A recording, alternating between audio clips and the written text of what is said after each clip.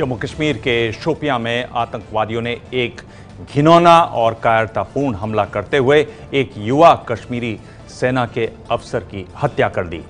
आज सुबह उनके शव की पहचान की गई। 23 साल के लेफ्टिनेंट उमर फयाज अपनी पहली छुट्टी पर घर आए और ये उनकी आखिरी छुट्टी बन गई।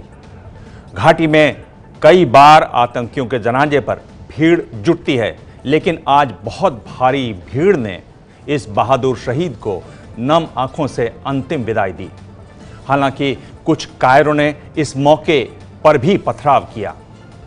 सिर्फ 5 महीने पहले आतंकियों की धमकियों को धता बताकर उमर ने सेना की वर्दी पहनी और वो घाटी के रोल मॉडल बन गए।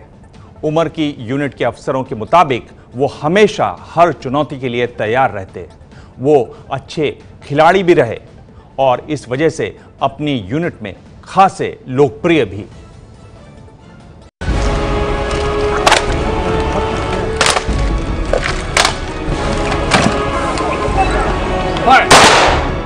कश्मीर घाटी में सेना की ये सलामी अपने उस जवान के लिए है जो इस कुलगाम इलाके में युवाओं का आदर्श था।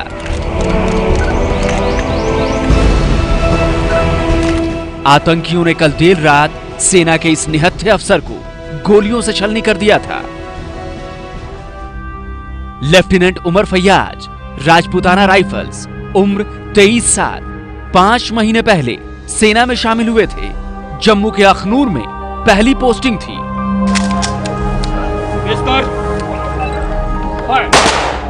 कुलगाम में घर के पास सेब के बगीचे में तिरंगे में लिपटे शहीद उमर को दफनाया गया।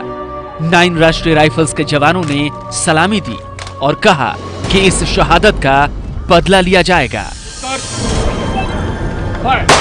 हम इस मार्टिर को सैल्यूट करते हैं एंड हम एश्योरेंस देते हैं कि जिन भी लोगों ने ये एक्ट परपेट्रेट किया है उनका हम उसी भाषा में जवाब जल्द से जल्द देंगे। उमर जम्मू के अखनूर में पोस्टेड थे और पहली बार छुट्टी लेकर कल ही अपने गांव कुलगाम के सुडसन आए थे। यहां से उमर मामा की बेटी की शादी में शोपियां के बटपोरा गए थे। शादी के घर में रात 10 बजे उमर को किसी जानकार ने कहा कि कोई आपको बाहर खोज रहा है। उमर बाहर आए तो 3 हथियारबंद मिलिटेंट्स ने उन्हें अगवा कर लिया। अगले दिन सुबह 7 बजे उमर का शव 30 किलोमीटर दूर शोपियां के हरमैन में मिला। घर वालों ने रात को अगवा होने की जानकारी नहीं दी थी। सुबह जब पुलिस को शव मिला तो पता लगा कि उमर को देर रात किडनैप किया गया था।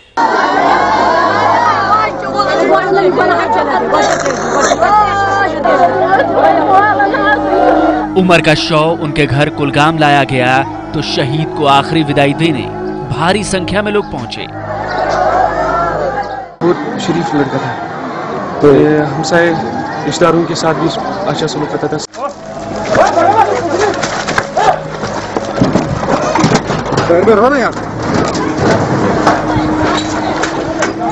इस दौरान एक गोली चली तो थोड़ी देर के लिए भगदड़ मच गई। बाद में पुलिस ने बताया कि उनके जवान से गलती से गोली चल गई थी।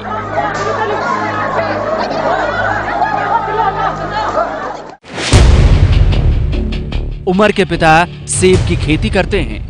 बहन के पास अनंतनाग में रहकर उमर ने आर्मी स्कूल से पढ़ाई की थी। बचपन से ही सेना में जाने का सपना पाले उमर 2015 में एनडीए से पास कर इंडियन मिलिट्री एकेडमी ज्वाइन की थी, जहां से 10 दिसंबर 2016 को सेना में कमीशन हुए थे।